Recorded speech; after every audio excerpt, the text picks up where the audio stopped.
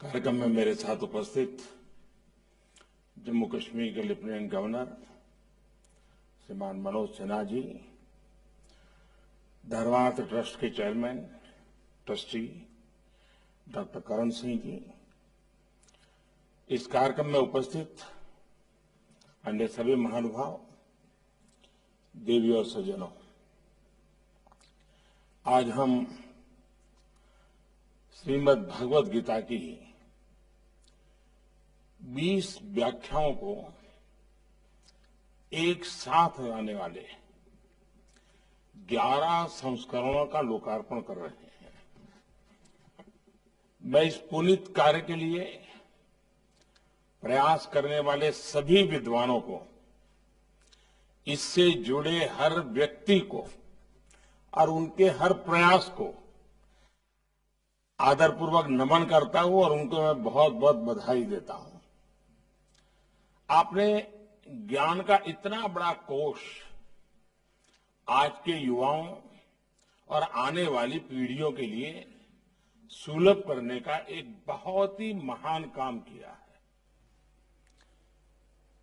मैं डॉक्टर करण सिंह जी का भी विशेष रूप से अभिनंदन करता हूं, जिनके मार्गदर्शन में ये कार्य सिद्ध हुआ है। और जब भी मैं उनसे मिला हूं, एक प्रकार से ज्ञान और संस्कृति की धारा अविरत बहती रहती है। ऐसे बहुत कम बिरले मिलते हैं और आज ये भी बहुत शुभ अवसर है कि कर्ण सिंह जी का जन्मदिवस भी है और 90 साल की एक प्रकार से उनकी एक सांस्कृतिक यात्रा है। तो मैं उनका हृदय से अभिनंदन करता हूं। मैं आपके दीर्घायु होने, अच्छे स्वास्थ्य की बहुत ही कामना करता हूं। डॉक्टर करण सिंह जी ने भारतीय दर्शन के लिए जो काम किया है, जिस तरह अपना जीवन इस पवित्र कार्य के लिए समर्पित किया है, भारत के शिक्षा जगत पर उसका प्रकाश और प्रभाव स्पष्ट रूप से देखा जा सकता है। आपके इस प्रयास ने जम्मू कश्मीर की उस पहचान को भी पुनर्जीवित किया है, जिसने सदियों तक पूरे भारत की विचार परंपरा का नेतृत्व किया है।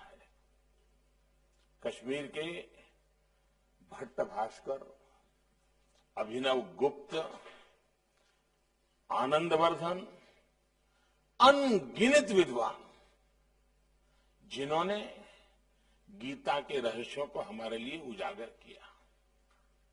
आज वो महान परंपरा एक बार फिर देश के संस्कृति को समृद्ध करने के लिए तैयार हो रही है। ये कश्मीर के साथ साथ पूरे देश के लिए भी गर्व का विषय है। साथियों, किसी एक ग्रंथ के हर श्लोक पर ये अलग अलग व्याख्याएं, इतने मनीषियों की अभिव्यक्ति, ये गीता की उस गहराई का प्रतीक है जिस पर हजारों विद्वानों ने अपना पूरा जीवन दिया है।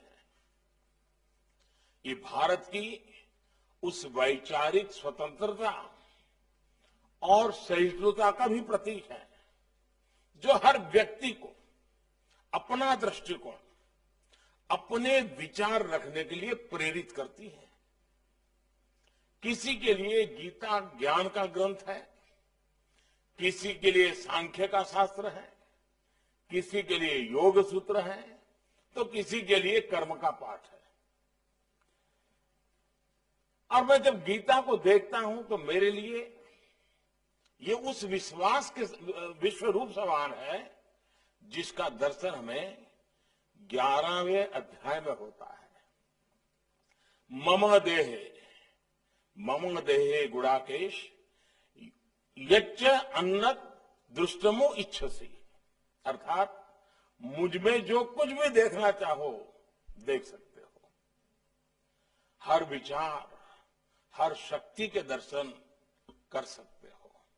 साथियों, गीता के विश्व रूप ने महाभारत से लेकर आजादी की लड़ाई तक हर कालखंड में हमारे राष्ट्र का पथ प्रदर्शन किया है। आप देखिए, भारत को एकता के सूत्र में बांधने वाले आदि शंकराचार्य जी ने गीता को आध्यात्मिक चेतना के रूप में देखा। गीता को रामानुजाचार्य जैसे संतों ने आध्यात्मिक ज्ञान की अभिव्यक्ति के रूप में देखा। स्वामी विवेकानंद जी के लिए गीता अटूट कर्मनिष्ठा और अदम्य आत्मविश्वास का स्रोत रही है। गीता श्री अरबिंदो के लिए तो ज्ञान और मानवता की साक्षात अवतार थी। गीता महात्मा गांधी की कठिन से कठिन समय में पथ प्रदर्शक रही है। गीता नेताजी सुभाष चंद्र बोस की राष्ट्रभक्ति और पराक्रम की प्रेरणा रही है। ये गीता ही है जिसकी व्याख्या बाल गंगाधर तिलक जी ने की और आजादी की लड़ाई को एक नई ताकत दी, नई ऊर्जा दी थी। मैं समझता हूं कि ये सूची इतनी लंबी हो सकती है कि कई घंटे भी इसके लिए कम पड़ेंगे। आज जब देश आजादी के 75 साल मनाने जा रहा है, तो हम सबको गीता के इस पक्ष को भी देश के सामने रखने का प्रयास करना चाहिए। कैसे गीता ने हमारी आजादी की लड़ाई को ऊर्जा दी, कैसे हमारी स्वाधीनता सेनानियों को देश के लिए अपना सर्वस्व बलिदान करने का साहस दिया, कैसे गीता ने देश को एकता के आध्यात्मिक सूत्र में बांध कर रखा। इस सब पर भी हम शोध करें, लिखें और अपनी युवा पीढ़ी को इससे परिचित कराएं। साथियों, गीता तो भारत की एकजुटता, समत्व की भावना का मूल पाठ है, क्योंकि गीता कहती है समम सर्वेषु भूतेषु तिष्ठन्तम परमेश्वरम, अर्थात प्राणी मात्र में ईश्वर का निवास है, नर ही नारायण है। गीता हमारी ज्ञान और शोध की प्रवृत्ति की प्रतीक है, क्योंकि गीता कहती है नहीं ज्ञानेन सदस्यम, नहीं ज्ञानेन सदस्यम पवित्रम निहि विद्यते, अर्थात ज्ञान से पवित्र और कुछ भी नहीं है।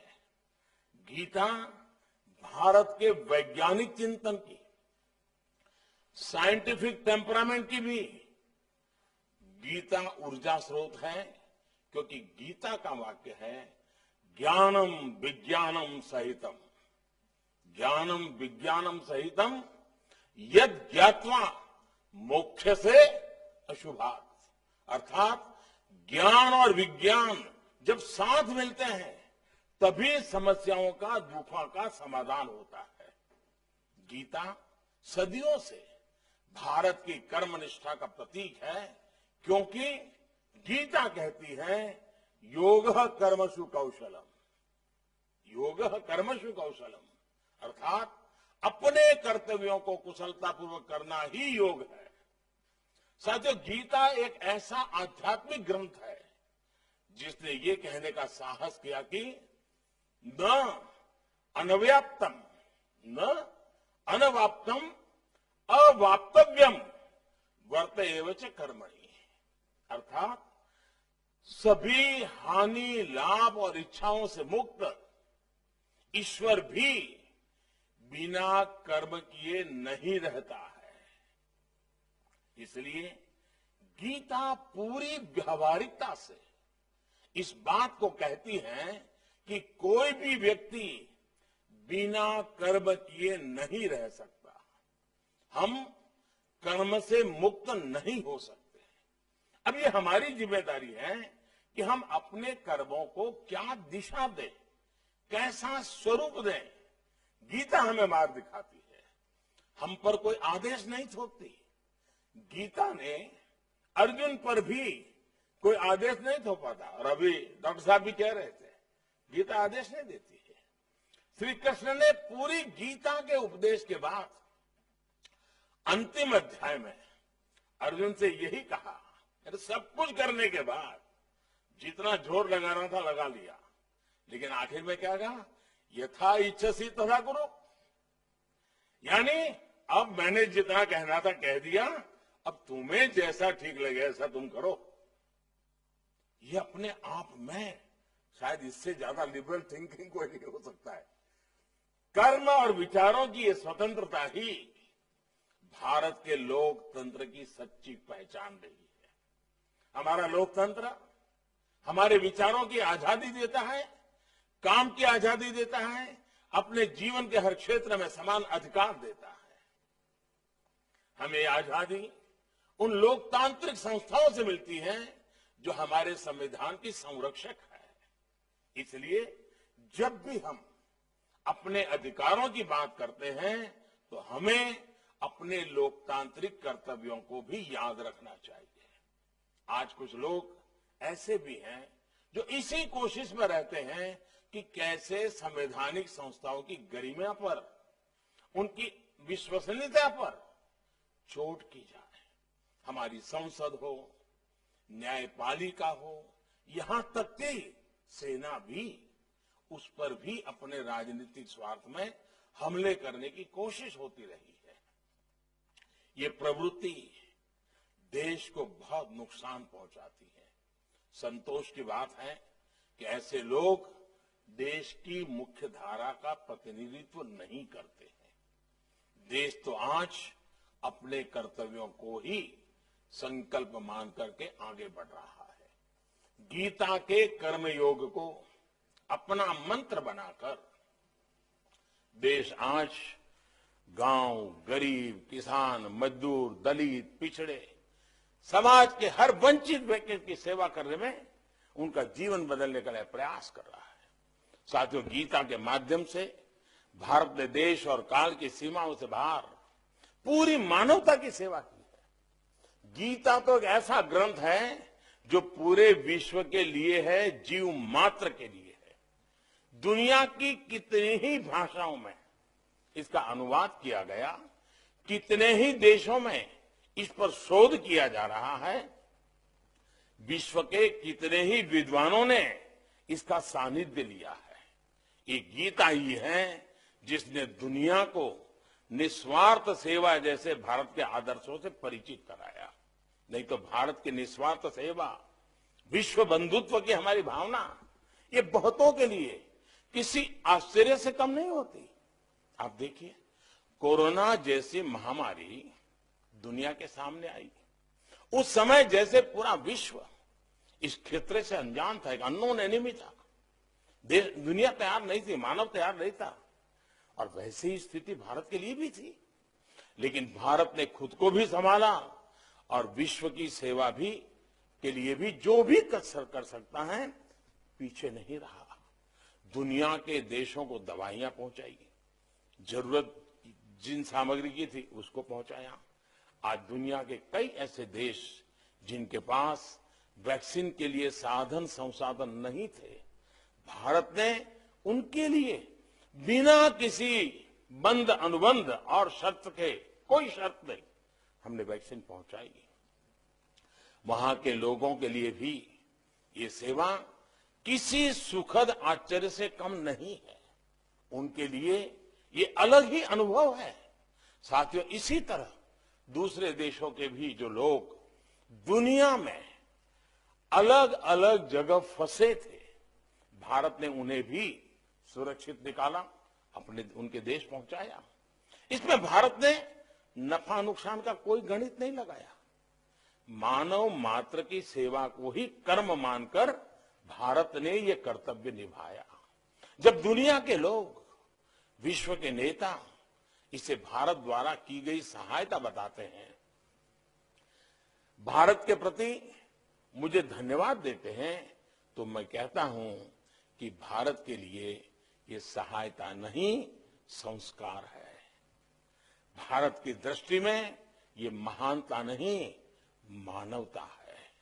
भारत सदियों से इसी निष्काम भाव से मानव मात्र की सेवा कैसे करते आ रहा है, ये मर्म दुनिया को तब समझ आता है जब वो गीता के पन्ने खोलती है। हमें तो गीता ने पग पग पर यही सिखा है, कर्मण्येवाधिकारस्ते मा फलेषु कदाचन, यानी बिना फल की चिंता किए निष्काम भावना से कर्म करते रहो।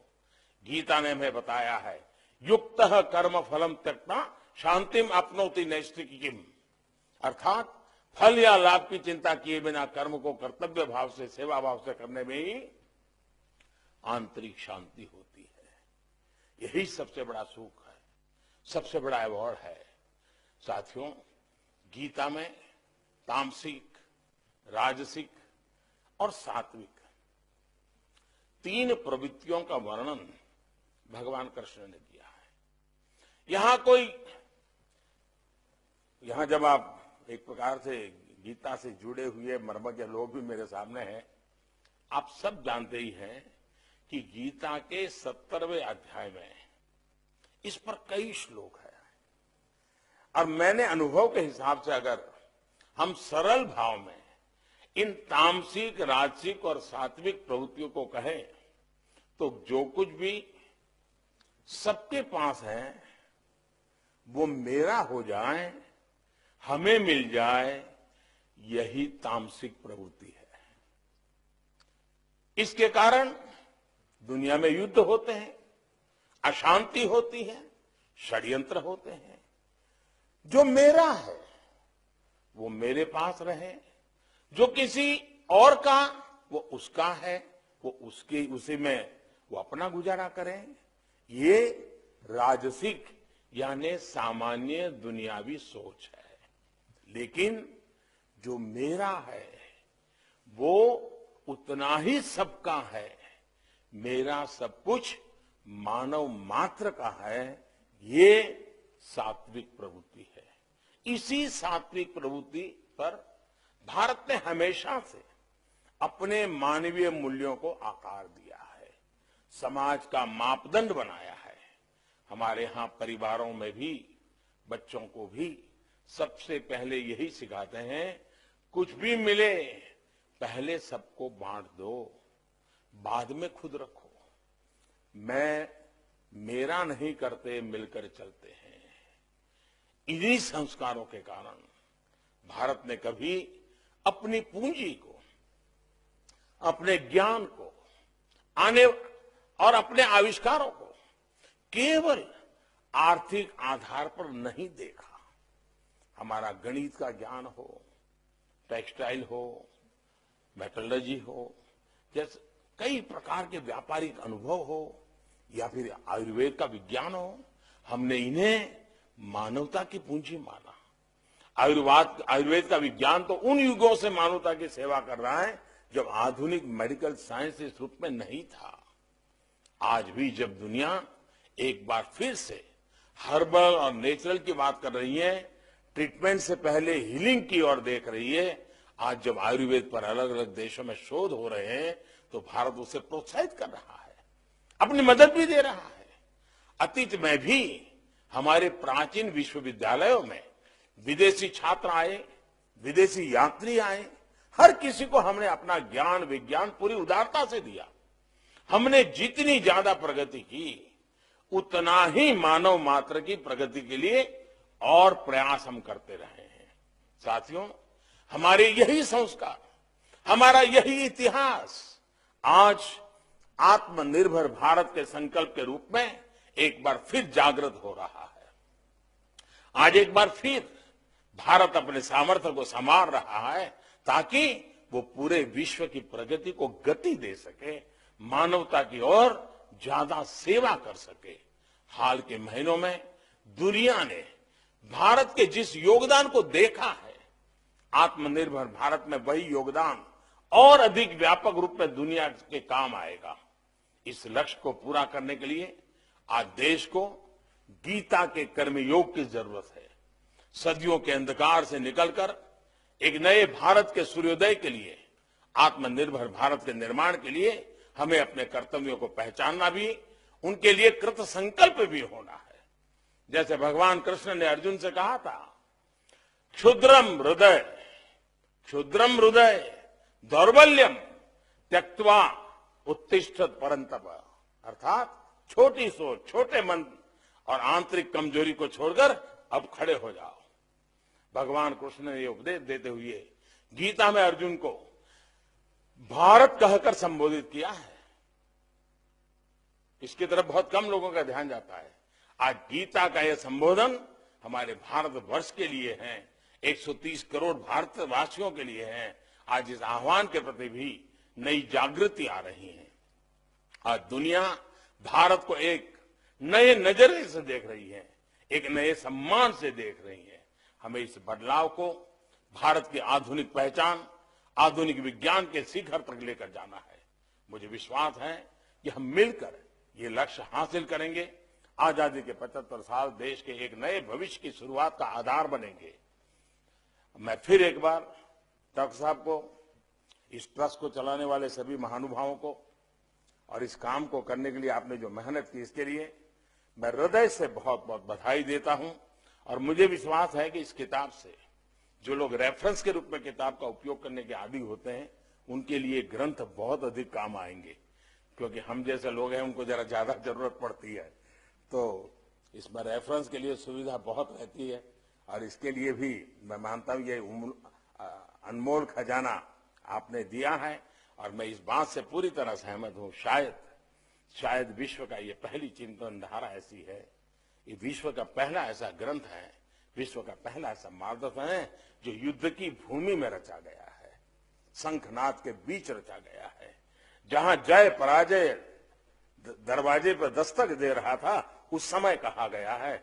ऐसी प्रतिकूल वातावरण, अशांत वातावरण, उद्वेग वाले वातावरण, उसमें इतना शांत चित्त विचारधारा निकलना, ये इस अमृत प्रसाद के सिवाय कुछ नहीं हो सकता है। ऐसा गीता का ज्ञान आने वाली पीढ़ियों को वो जो उस भाषा में समझे, जिस रूप में समझे, उस रूप में देते रहना हर पीढ़ी का काम है। डॉक्टर करण सिंह जी ने, उनके पूरे परिवार ने, उनकी महान परंपरा ने इस काम को हमेशा जीवित रखा है। आगे की पीढ़ियां भी जीवित रहेगी, ये मुझे पूरा विश्वास है। और डॉक्टर करण सिंह जी की सेवाएं हम हमेशा याद रखेंगे। इस महान कार्य के लिए मैं आदरपूर्वक उनका नमन करता हूं। और उन आयु में इतने वरिष्ठ हैं, सार्वजनिक जीवन में इतने वरिष्ठ हैं कि उनके आशीर्वाद हम पर बने रहें, ताकि हम भी इन आदर्शों को लेकर कुछ न कुछ देश के लिए करते रहें। बहुत बहुत धन्यवाद।